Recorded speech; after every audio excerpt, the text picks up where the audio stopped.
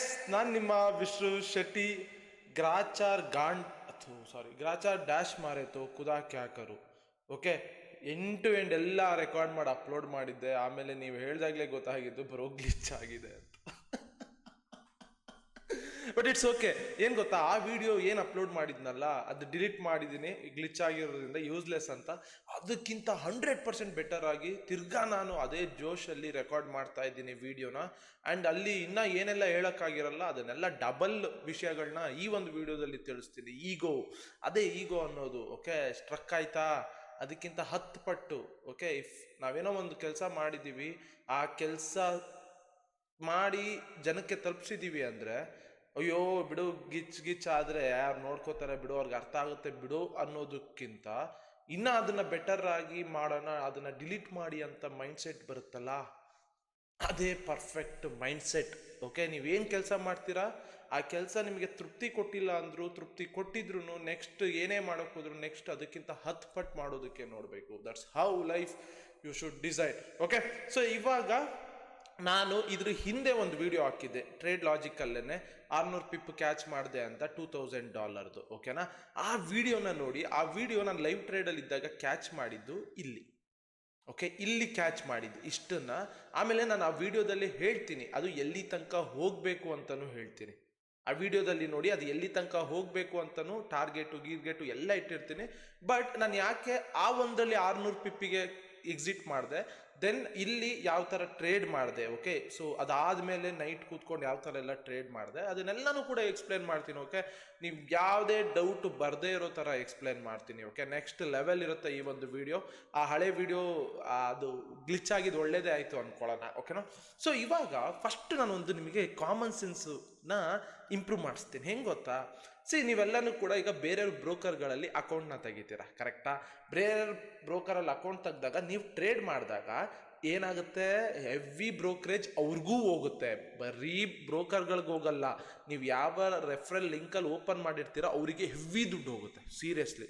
So ನಾನು ಇದಕ್ಕೆ ಒಂದು ಪ್ಲ್ಯಾನ್ ಮಾಡಿದ್ದೆ. ಏನು ಗೊತ್ತಾ, ನಾನು ನನ್ನ XNS ಅಕೌಂಟನ್ನು ಯಾರೋ ಒಬ್ಬರು ರೆಫರಲ್ ಲಿಂಕಲ್ಲಿ ನಾನು ಓಪನ್ ಮಾಡಿದ್ದೆ. ಆಗ ನನಗೆ ಗೊತ್ತಿರಲಿಲ್ಲ ಫಾರೆಕ್ಸ್ ಅಂದರೆ ಏನು, ಬ್ರೋಕರ್ ಯಾವ್ದು ಯೂಸ್ ಮಾಡಬೇಕು ಏನೂ ಗೊತ್ತಿರಲಿಲ್ಲ.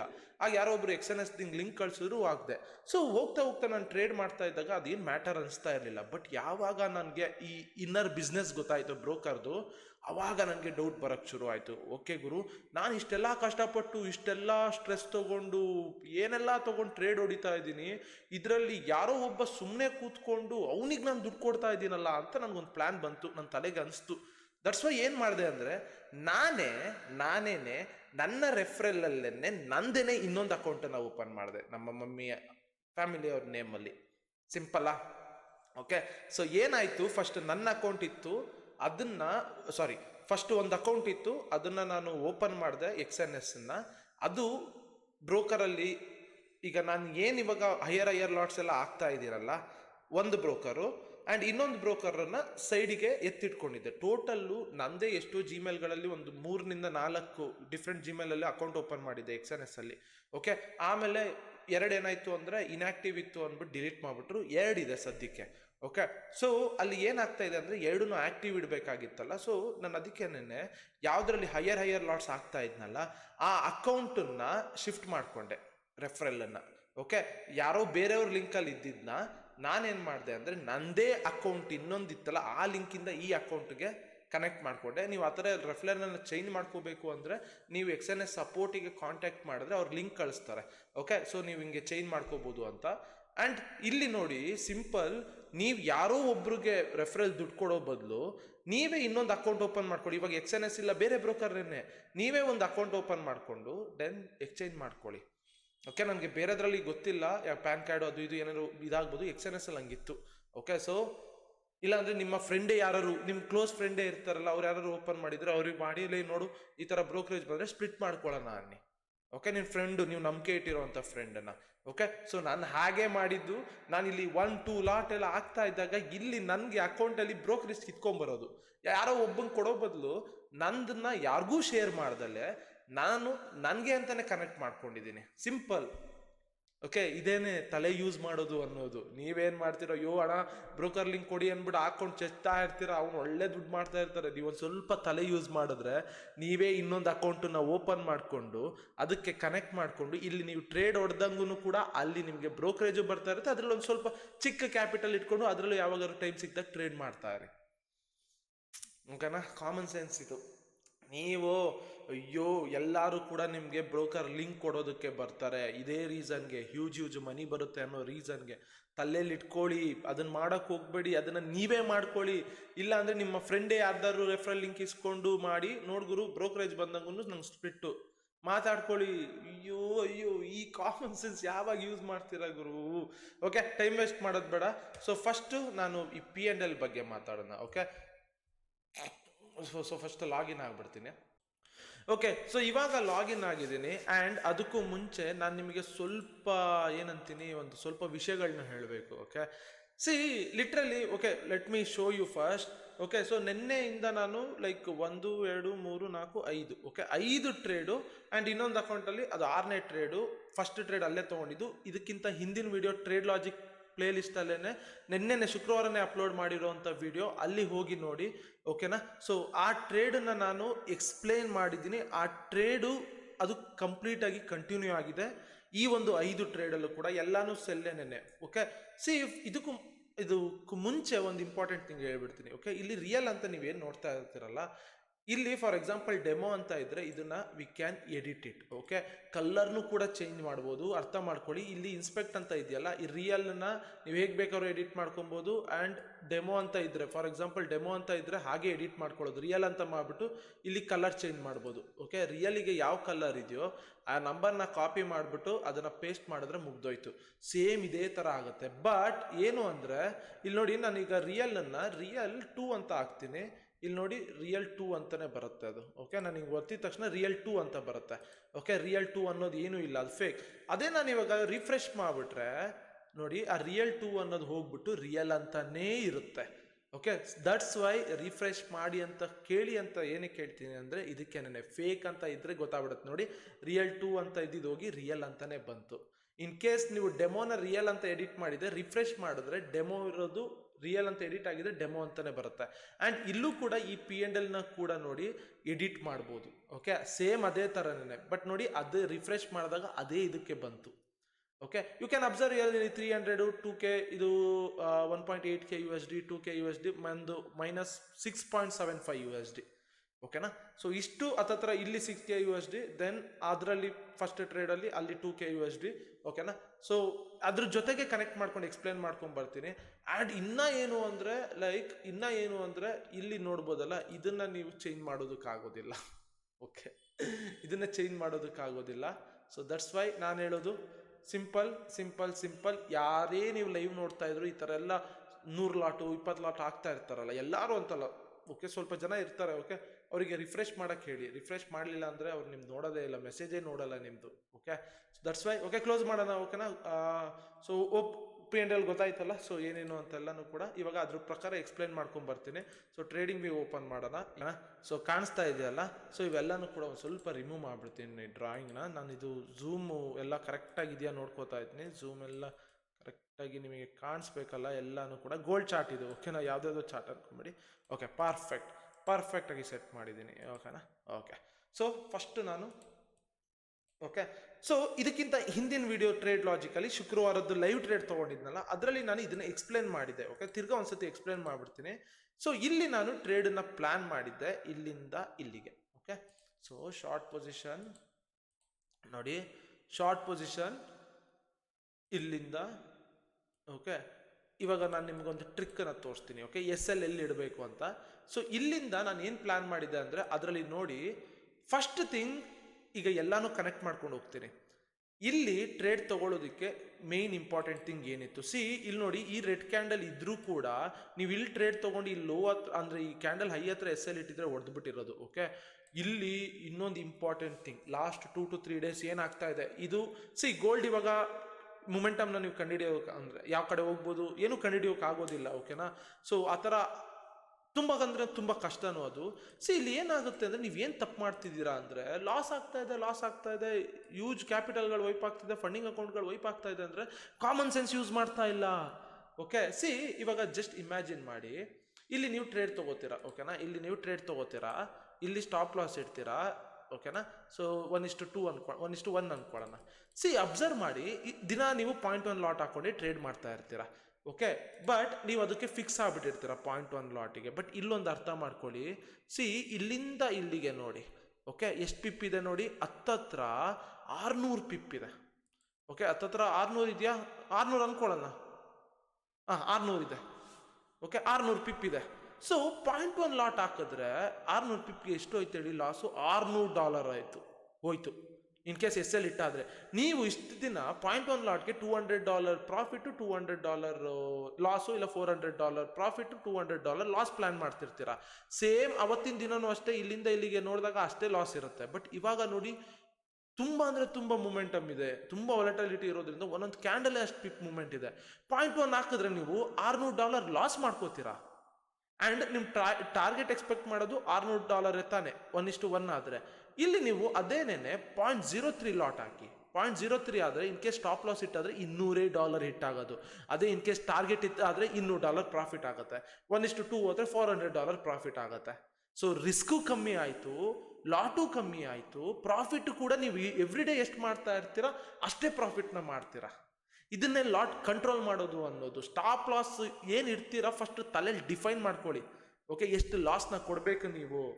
ಓಕೆ, ಅದ್ರ ಪ್ರಕಾರ ಲಾಟ್ ಸೈಜ್ನ ಡಿಫೈನ್ ಮಾಡಬೇಕು. ಸುಮ್ಮನೆ ಬ್ಲೈಂಡಾಗಿ ಎವ್ರಿ ಡೇ 0.1 ಆಗ್ತಿದ್ದೀನಿ ಅಂತ ಹಾಕೋದು, 0.2 ಆಗ್ತಾ ಇದ್ದೀನಿ ಅಂತ ಹಾಕೋದು, ಲೋವರ್ ಪ್ರೊಬಬಿಲಿಟಿ ಟ್ರೇಡ್ ಸೆಟಪ್ ಯಾವುದು ಅಂತ ಗೊತ್ತಿಲ್ಲದೆ ಇರೋದು, ಇವೇ ಮಿಸ್ಟೇಕ್ ಆಗ್ತಾ ಇರೋದು, ಬೇರೆ ಏನೂ ಮಿಸ್ಟೇಕ್ ಅಲ್ಲ.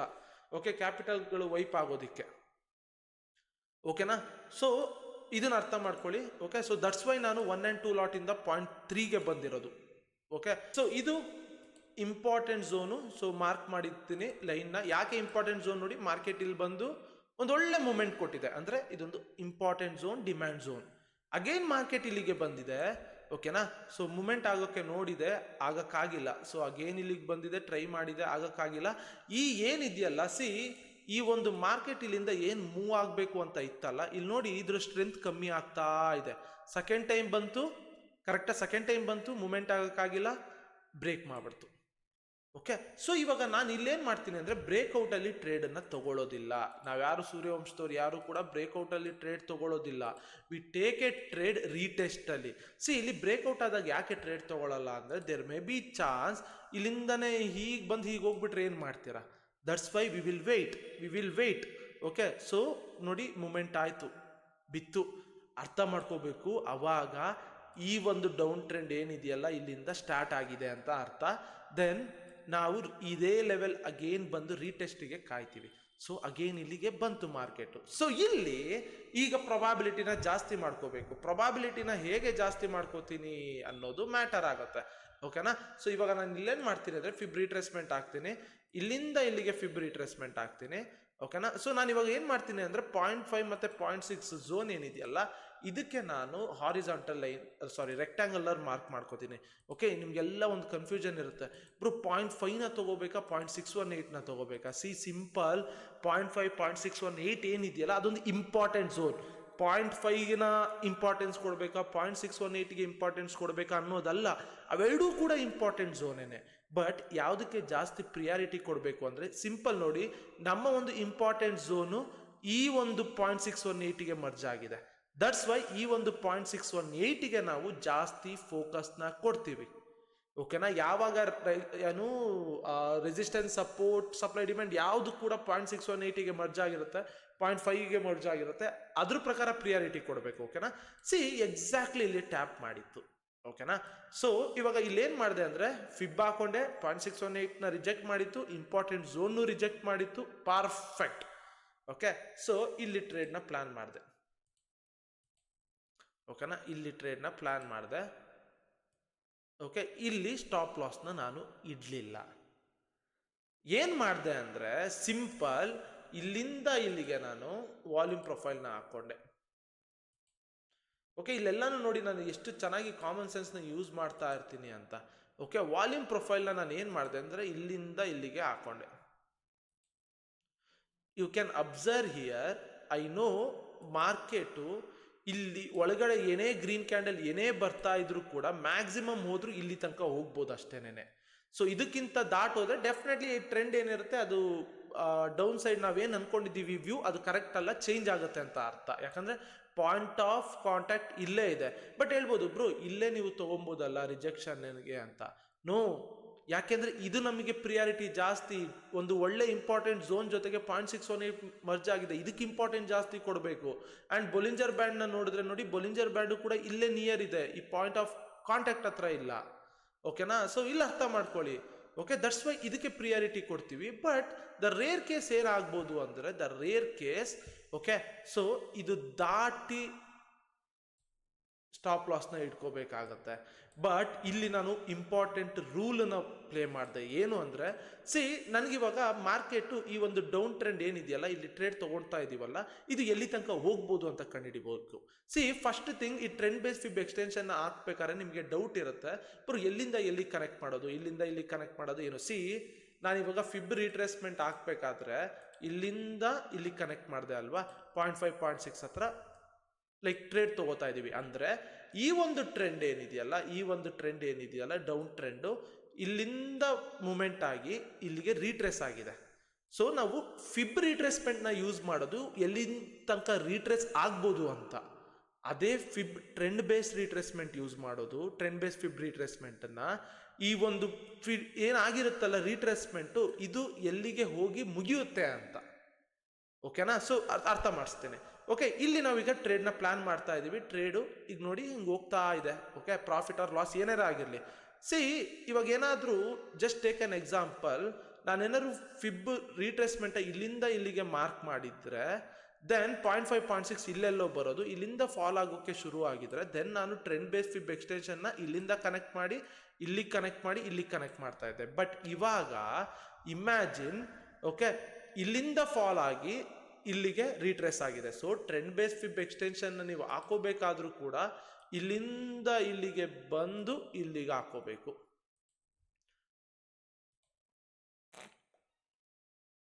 ಓಕೆನಾ? ಕರೆಕ್ಟಾ? ಸೊ ನನಗೆ ಗೊತ್ತಾಯ್ತು. ಓಕೆ, ಇಲ್ಲಿಂದ ನಾನು ಏನು ಟ್ರೇಡ್ ತಗೊಂಡಿದ್ದೀನಿ ಅದು ಇಲ್ಲಿಂದ ಇಲ್ಲಿ ತನಕ ಹೋಗಬೇಕು ಅಂತ. ಸೊ ಇಲ್ಲೇ ರನ್ ಆಗ್ತಾ ಇದ್ದಾಗ ನಾನು ಆ ವಿಡಿಯೋದಲ್ಲಿ ಹೇಳಿದ್ದೀನಿ, ಹೋಗಿ ನೋಡಿ. ಓಕೆನಾ? ಸೊ ಇವಾಗ ನಾನು ಸಿಂಪಲ್ ಒಂದು ಪ್ಲಾನ್ ಮಾಡಿಕೊಂಡೆ. ಇವಾಗ ಮಾರ್ಕೆಟು ಇಲ್ಲಿ ತನಕ ಮೂವ್ ಆಗಬೇಕು. ನೋಡಿ ಎಕ್ಸಾಕ್ಟ್ಲಿ ಅಲ್ಲಿಗೆ ಮೂವ್ ಆಗಿದೆ. ಸೊ ನನ್ನ ವ್ಯೂನ ನಾನು ಇಟ್ಕೊಂಡೆ. ಓಕೆ, ಸೊ ಇಲ್ಲಿಂದ ಮಾರ್ಕೆಟು ಇಲ್ಲಿ ತನಕ ಫಾಲ್ ಆಗಬೇಕು. ಆ್ಯಂಡ್ ಇವಾಗ ಏನು ಫಾಲ್ ಆಗ್ತಿದೆ 2-3 ದಿನದಲ್ಲಿ, ಎಂಟ್ರಿ ಅಷ್ಟೇ ನನ್ನ ಕೆಲಸ, ನನ್ನ ಟೆಕ್ನಿಕಲ್ ಅನಾಲಿಸಿಸು ಎಲ್ಲ ಎಂಟ್ರಿ ಅಷ್ಟೇ. ಇಲ್ಲಿಂದ ಈ ಥರ ಈ ಫಾಸ್ಟಲ್ಲಿ ಮೂಮೆಂಟ್ ಆಯ್ತಲ್ಲ, ಇವೆಲ್ಲ ಲಕ್ಕು. ಇವನ್ನೆಲ್ಲ ಕ್ಯಾಚ್ ಮಾಡೋದಕ್ಕಾಗೋದಿಲ್ಲ. ಯಾಕೆಂದರೆ ಕ್ಯಾಚ್ ಮಾಡೋದಕ್ಕೆ ತುಂಬ ಅಂದರೆ ತುಂಬ ಪೇಷನ್ಸ್ ಬೇಕು. ಆ್ಯಂಡ್ 0.01 ಲಾಟ್, 0.01 ಲಾಟು, 0.1, 0.2 ಈ ಥರ ಇದ್ದರೆ ಕ್ಯಾಚ್ ಮಾಡ್ಬೋದು. 1 ಲಾಟ್ 2 ಲಾಟಲ್ಲೆಲ್ಲ ಇದ್ದರೆ ಕಷ್ಟ. ಇನ್ ಕೇಸ್ 1-2 ಲಾಟಲ್ಲಿ ನೀವು ಇದೆಲ್ಲ ಕ್ಯಾಚ್ ಮಾಡಬೇಕಂದ್ರೆ ಮಿನಿಮಮ್ 50 lakh ಕ್ಯಾಪಿಟಲ್ ಇರಬೇಕಾಗತ್ತೆ. ಓಕೆನಾ? ಸೊ ನನಗೆ ಗೊತ್ತಾಯಿತು ಇಲ್ಲಿಂದ ಇಲ್ಲಿಗೆ ಟ್ರೇಡು ಸೆಲ್ ಸೈಡ್ ಇರಬೇಕು ಅಂತ. ಸೊ ನಾನೇನು ಮಾಡಿದೆ, ಇಲ್ಲಿ ಟ್ರೇಡ್ ತಗೊಂಡೆ. ಇಲ್ಲೇನೆ ಮೂಮೆಂಟ್ ಆಯ್ತಲ್ಲ, ಮೂಮೆಂಟ್ ಆಗಿದ ತಕ್ಷಣನೇ ಬ್ರೇಕ್ ಇವನ್ಗೆ ತಂದೆ. ದಟ್ಸ್ ವೈ ಬ್ರೇಕ್ ಇವನ್ಗೆ ಹಿಟ್ ಆಯಿತು. ಅದೇನೇನೆ $6.75 ಏನೋ ಇತ್ತಲ್ಲ ಅದು. ದೆನ್ ಅಗೇನ್ ಟ್ರೇಡ್ ತಗೊಂಡೆ. ಟ್ರೇಡ್ ತಗೊಂಡಿದ್ದ ತಕ್ಷಣನೇ ಈ ಮೂಮೆಂಟ್ ಆಯ್ತಲ್ಲ, $200 ಆಯಿತು, ಕ್ಲೋಸ್ ಮಾಡಿಬಿಡ್ತಾ ಇದೆ. ಯಾಕೆ ಅಂದರೆ ಜಸ್ಟ್ ಇಮ್ಯಾಜಿನ್, ಇಲ್ಲಿಂದ ಇಲ್ಲಿ ತನಕ ಹೋಗುತ್ತೆ ಅಂತ ನಾನು ಕೂತ್ಕೊಂಡ್ಬಿಟ್ರೆ, ಇಲ್ಲಿ ನೋಡಿ ಇಲ್ಲಿ ಮಾರ್ಕೆಟ್ ಬಂತು ನೋಡಿ ರೀಟೆಸ್ಟ್, ಇಲ್ಲಿ ಬಂದಾಗ ಬ್ರೇಕ್ ಇವನ್ಗೆ ಹಿಟ್ ಆಗೋಗುತ್ತೆ. ದಟ್ಸ್ ವೈ ಸೊ ಇಲ್ಲಿಂದ $200 ಕ್ಯಾಚ್ ಮಾಡಿ ಎಕ್ಸಿಟ್ ಮಾಡಿ ತಿರ್ಗಾ ಸೆಲ್ ಆಪರ್ಚುನಿಟಿನ ಹುಡುಕ್ತಾ ಇದ್ದೆ. ಯಾಕೆ ಹುಡುಕ್ತಾ ಇದೆ ಅಂದರೆ, ದ ಮೇನ್ ರೀಸನ್ ಇಸ್ ಇಲ್ಲಿಂದ ಇಲ್ಲಿಗೆ ಮೂಮೆಂಟ್ ಆಗಲೇಬೇಕು ಸೇಲ್ ಸೈಡ್ಗೆ. ಸೊ ಇವಾಗ ದ ಮೇನ್ ರೀಸನ್ ಏನು ಅಂದರೆ, ದೆನ್ ಇಲ್ಲಿ ಮುಗೀತಲ್ಲ ಟ್ರೇಡು, ಇವಾಗ ಸೆಲ್ ಎಂಟ್ರೀಸ್ಗಳನ್ನ ಹುಡುಕ್ಬೇಕು. ಈಗ ನೀವೆಲ್ಲ ಏನು ಮಾಡ್ತೀರಾ, ಇಲ್ಲಿ ನೋಡ್ಬೋದು ಡಬಲ್ ಟಾಪು ಡಬಲ್ ಬಾಟಮ್ ಅಂದ್ಕೊಂಡು ಇಲ್ಲೆಲ್ಲ ಟ್ರೇಡ್ ತೊಗೋತೀರಾ. ನೋಡಿ ಫಾಲ್ ಆಗೋಗಿದೆ, ಇಲ್ಲೆಲ್ಲ SL ಆಗೋದು. ಸೊ ನನಗೆ ಇವಾಗ ಇನ್ನೊಂದು ಚಾನ್ಸ್ ಎಲ್ಲಿ ಸಿಕ್ತು ಅಂದರೆ, ಇಲ್ಲಿಗೆ ಸಿಕ್ತು. ಇನ್ನೊಂದು ಚಾನ್ಸು ಇಲ್ಲಿ ಸಿಕ್ತು. ಇಲ್ಲೂ ಕೂಡ $200 ಮಾಡ್ಕೊಂಡು ಕ್ಯಾಚ್ ಮಾಡ್ಕೊಂಡು ಎಕ್ಸಿಟ್ ಮಾಡಿದೆ. ಇಲ್ಲಿ ಹೆಂಗೆ ಸಿಕ್ತು ಅಂದರೆ, ಒಂದು ಅರ್ಥ ಮಾಡ್ಕೊಳ್ಳಿ, ಮಾರ್ಕೆಟ್ ನೋಡಿ ಲೋವರ್ ಬ್ಯಾಂಡ್ನ ಟಚ್ ಮಾಡ್ಕೊಂಡು ಬಂದು ಮೂಮೆಂಟ್ ಆಗ್ತಾ ಇದೆ. ಓಕೆ, ಅಪ್ಪರ್ ಬ್ಯಾಂಡ್ನ ಟಚ್ ಮಾಡಿ ನೋಡಿ ಬಿತ್ತು. ಕರೆಕ್ಟಾ. ಆ್ಯಂಡ್ ಇಲ್ಲಿ ಇನ್ನೊಂದು ಇಂಪಾರ್ಟೆನ್ಸ್ ಏನು ಅಂದರೆ, ನಾನು ಇಲ್ಲಿಂದ ಇಲ್ಲಿಗೆ ವಾಲ್ಯೂಮ್ ಪ್ರೊಫೈಲ್ ಹಾಕೋತೀನಿ. You can observe here point of control ಇಲ್ಲೇ ಇದೆ ನೋಡಿ. ಎಕ್ಸಾಕ್ಟ್ಲಿ ಇದನ್ನು ಬೀಟ್ ಮಾಡಿದೆ ವಿತ್ EMA ಬ್ರೇಕ್ ಆಗಿದೆ. ಸೊ ಇಲ್ಲಿ ಟ್ರೇಡ್ನ ಪ್ಲಾನ್ ಮಾಡಿದೆ. ಓಕೆನಾ. ಸೊ ಇಲ್ಲಿ ಕ್ಯಾಚ್ ಮಾಡೋದಕ್ಕೆ ಪ್ಲಾನ್ ಮಾಡಿದೆ. ದೆನ್ ಇಲ್ಲಿಂದ 200 USD ಕ್ಯಾಚ್ ಮಾಡಿದೆ. ಫುಲ್ ಕ್ಯಾಚ್ ಮಾಡೋಕೆ ಹೋಗಲಿಲ್ಲ. 200 USD ಕ್ಯಾಚ್ ಮಾಡಾದ್ಮೇಲೆ ದ ಲಾಸ್ಟ್ ಟ್ರೇಡ್ 200 USD ಒಂದು ಸ್ವಲ್ಪ ಕಾಮನ್ ಸೆನ್ಸ್ನ ಯೂಸ್ ಮಾಡಿದೆ. ಯಾವಾಗ 1.618 ಬ್ರೇಕ್ ಆಯ್ತಲ್ಲ, ಓಕೆ ಸಾರಿ 1, ಇಲ್ಲಿ ನೋಡಿ 1 ಬ್ರೇಕ್ ಆದಾಗ ನನಗೆ ಗೊತ್ತಾಗ್ಬಿಡ್ತು, ಓಕೆ ಆಬ್ವಿಯಸ್ಲಿ ಮಾರ್ಕೆಟು 1.618 ಬರುತ್ತೆ ಅಂತ. ಬಟ್ 1ನ ಬ್ರೇಕ್ ಮಾಡಿರೋಂಥ ಕ್ಯಾಂಡಲ್ ನೋಡಿ, ಹ್ಯಾಮರು, ಓಕೆ ರೆಡ್ ಕ್ಯಾಂಡಲ್ ಎಲ್ಲಿದೆ, so weak candle. That's why ಈ ಒಂದು ಸ್ಟ್ರಾಂಗ್ ಕ್ಯಾಂಡಲ್ ಏನಿತ್ತಲ್ಲ ಇಲ್ಲೇನೆ ಟ್ರೈ ಮಾಡಿದೆ. ಆ್ಯಂಡ್ ಇಲ್ಲಿ ಸ್ಟಾಪ್ ಲಾಸ್ ದೊಡ್ಡದಾಯಿತು ಅಂತ ನನಗೆ ಗೊತ್ತಾಯಿತು. ಬಟ್ ನನ್ನ ಹತ್ರ ಪ್ರಾಫಿಟ್ ಇದ್ದಿದ್ದರಿಂದ ಕ್ಯಾಚ್ ಮಾಡೋದಕ್ಕಾಯ್ತು. ಓಕೆ, ಇಲ್ಲೂ ಒಂದು 600 ಪಿಪ್ಪನ್ನ ಕ್ಯಾಚ್ ಮಾಡಿದೆ. ಆ್ಯಂಡ್ ಆಮೇಲೆ ನೋಡಿ 1.618 ಎಕ್ಸಾಕ್ಟ್ಲಿ ಮೂವ್ ಆಗಿದೆ. ಓಕೆನಾ. ಸೊ ಒಂದು ಕನ್ಕ್ಲೂಷನ್ ಕೊಡೋದಾದರೆ, ನಾನು ಫಸ್ಟ್ ವ್ಯೂನ ಕಂಡಿಡ್ಕೊಂಡೆ. ಇಲ್ಲಿಂದ ಇಲ್ಲಿಗೆ ಮೂಮೆಂಟ್ ಆಗಬೇಕು ಅಂತ ಗೊತ್ತಿತ್ತು. ಆ್ಯಂಡ್ ಸಮ್ಟೈಮ್ಸ್ ಸ್ಮಾಲ್ ಸ್ವಿಂಗ್ಸ್ಗಳನ್ನ ತೊಗೊಳ್ಳೋದು ಯಾವಾಗ ಅಂದರೆ, ಇಲ್ಲಿ ನೋಡಿ ಈ ಒಂದು ಏನು ರೀಟ್ರೇಸ್ಮೆಂಟ್ ಇದೆಯಲ್ಲ, ಈ ಒಂದು ಟ್ರೆಂಡಿಗೆ ಇಲ್ಲೇನು ಫಾಲ್ ಆಗಿದೆಯಲ್ಲ ಅದಕ್ಕೆ ರೀಟ್ರೇಸ್ಮೆಂಟ್ ಆಗಿರೋದ್ರಿಂದ ಟ್ರೆಂಡ್ ಬೇಸ್ ಫಿಬ್ ಎಕ್ಸ್ಟೆನ್ಷನ್ನ ಇಲ್ಲಿಂದ ಚೂಸ್ ಮಾಡ್ಕೊಂಡಿದ್ದೀನಿ. ಇಲ್ಲೇ ಯಾವ್ದಾದ್ರು ಇವಾಗ ನೋಡಿ ಈ ಥರ ಇತ್ತು ಅಂದ್ಕೊಳ್ಳಿ, ಮಾರ್ಕೆಟ್ ಇವಾಗ ನೋಡಿ ಫಾಲ್ ಆಯಿತು, ರೀಟ್ರೇಸ್ ಆಗಿ ಹಿಂಗೆ ಬಂದು ಹಿಂಗಾಯ್ತು ಅಂದ್ಕೊಂಡು ಹಿಂಗೆ ಫಾಲ್ ಆಗ್ತಾ ಇತ್ತು ಅಂದ್ಕೊಳ್ಳಿ. ಸೊ ಅವಾಗ ಇಲ್ಲಿಂದ ಇಲ್ಲಿಗೆ ನೀವೇನಾದ್ರು ಫಿಬ್ಬನ್ನು ಮಾರ್ಕ್ ಮಾಡಿಕೊಂಡ್ರೆ 0.5 0.6 ಇಲ್ಲಿ ಬರುತ್ತೆ. ಅವಾಗ ನೀವು ಟ್ರೆಂಡ್ ಬೇಸ್ ಫಿಬ್ ಎಕ್ಸ್ಟೆನ್ಷನ್ನ ಹಾಕೊಳ್ಳೋದಕ್ಕಾಗಲ್ಲ, ಯಾಕಂದರೆ ಮಾರ್ಕೆಟ್ ಇಲ್ಲಿಂದ ಫಾಲ್ ಆಗ್ತಾ ಇರೋದ್ರಿಂದ. ಸೊ ಟ್ರೆಂಡ್ ಬೇಸ್ ಫಿಬ್ ಎಕ್ಸ್ಟೆನ್ಷನ್ ಹಾಕೋಬೇಕು ಅಂದರೆ ಫಿಬ್ ರೀಟ್ರೇಸ್ಮೆಂಟ್ ನೀವೇನಾದ್ರು ಇಲ್ಲಿಂದ ಇಲ್ಲಿಗೆ ಹಾಕೊಂಡ್ರೆ ಇದು 0.5 0.6ಗೆ ಟಚ್ ಮಾಡಿ ಫಾಲ್ ಆಗ್ತಾ ಇತ್ತು ಅಂದ್ಕೊಳ್ಳಿ. ಅವಾಗ ನೀವೇನು ಮಾಡಬೇಕು, ಟ್ರೆಂಡ್ ಬೇಸ್ ಫಿಬ್ ಎಕ್ಸ್ಟೆನ್ಷನ್ನ ಇಲ್ಲಿಂದ ಇಲ್ಲಿಗೆ ಕನೆಕ್ಟ್ ಮಾಡಿ ಇಲ್ಲಿಗೆ ಕನೆಕ್ಟ್ ಮಾಡಬೇಕು. ಓಕೆನಾ. ಸೊ ಟ್ರೆಂಡು ಎಲ್ಲಿ ಸ್ಟಾರ್ಟ್ ಆಗುತ್ತೆ, ಎಲ್ಲಿಗೆ ರೀಟ್ರೇಸ್ ಆಗಿ ಮೂವ್ ಆಗ್ತಾ ಇರುತ್ತೆ, ಅಲ್ಲಿ ನೀವು ಟ್ರೆಂಡ್ ಬೇಸ್ ಫಿಬ್ ಎಕ್ಸ್ಟೆನ್ಷನ್ನ ಅದಕ್ಕೆ ಕನೆಕ್ಟ್ ಮಾಡ್ಕೋಬೇಕು. ಓಕೆ, ಎವ್ರಿಡೇ ಹೋಗ್ತಾ ಹೋಗ್ತಾ ಹೋಗ್ತಾ ಗೊತ್ತಾಗುತ್ತೆ. ಹೋಪ್ ಲಾಜಿಕ್ ಎಲ್ಲ ಗೊತ್ತಾಯ್ತು ಅಂತ ಅನ್ಕೋತೀನಿ, ಕ್ಲಿಯರ್ ಅನ್ಕೋತೀನಿ. ಈ ಟ್ರೇಡನ್ನು ಹೇಗೆ ಕ್ಯಾಚ್ ಮಾಡಿದೆ, ಬಟ್ ಯಾಕೆ ನಾನು ಒಂದೇ ಇದರಲ್ಲಿ ಕ್ಯಾಚ್ ಮಾಡಲಿಲ್ಲ, ಡಿಫ್ರೆಂಟ್ ಟ್ರೇಡ್ಸ್ಗಳನ್ನ ತೊಗೊಂಡೆ ಅಂದರೆ, ಲಿಟ್ರಲಿ ಬ್ರೇಕ್ ಇವನ್ 2000 USD ಎಲ್ಲ ಮೂವ್ ಆದಾಗ ನಾವು SLನ ಹಂಗೆ ಬಿಡ್ಕೊಂಡು ಕೂತ್ಕೊಳ್ಳೋಕ್ಕಾಗಲ್ಲ, ಬ್ರೇಕ್ ಇವನ್ಗೆ ತರಲೇಬೇಕಾಗತ್ತೆ. ದಟ್ಸ್ ವೈ ಬ್ರೇಕ್ ಇವನ್ಗೆ ತಂದರೆ, ಬ್ರೇಕ್ ಇವನ್ ಹಿಟ್ ಆಗೋದ್ರೆ ಮೈಂಡ್ ಸೆಟ್ ಹೋಗ್ಬಿಡುತ್ತೆ ಅಂದ್ಬಿಟ್ಟು 2000ಗೆ ಈ ಥರ ಡಿವೈಡ್ ಮಾಡ್ಕೊಂಬಂದೆ. ನಾನು ಅಲ್ಲಿಂದ ಇಲ್ಲಿಗೆ ಹಿಡ್ದಿದ್ರು ಕೂಡ ಒಂದು 6,000 to 7,000 USD ಏನೋ ಮಾಡ್ತಾ ಇದ್ದೆ ನಾನು. ಅದೇ ಥರನೇ 3 ಟ್ರೇಡ್ ಆಗಿ ಡಿವೈಡ್ ಮಾಡಿಕೊಂಡು ವ್ಯೂ ಹೆಂಗಿದ್ರು ಗೊತ್ತಿತ್ತು ಇಲ್ಲಿಂದ ಇಲ್ಲಿಗೆ ಡೌನ್ ಸೈಡೇ ಬರಬೇಕು ಅಂತ, ಸೆಲ್ ಆಪರ್ಚುನಿಟಿಗಳನ್ನ ಇಲ್ಲೆಲ್ಲ ಹುಡ್ಕೋತಾ ಹೋದೆ. ಓಕೆನಾ. ಹೋಪ್ ಎಲ್ಲ ಅರ್ಥ ಆಯಿತು ಅನ್ಕೋತೀನಿ. ಸಿಗೋಣ, ಬಾಯ್ ಬಾಯ್.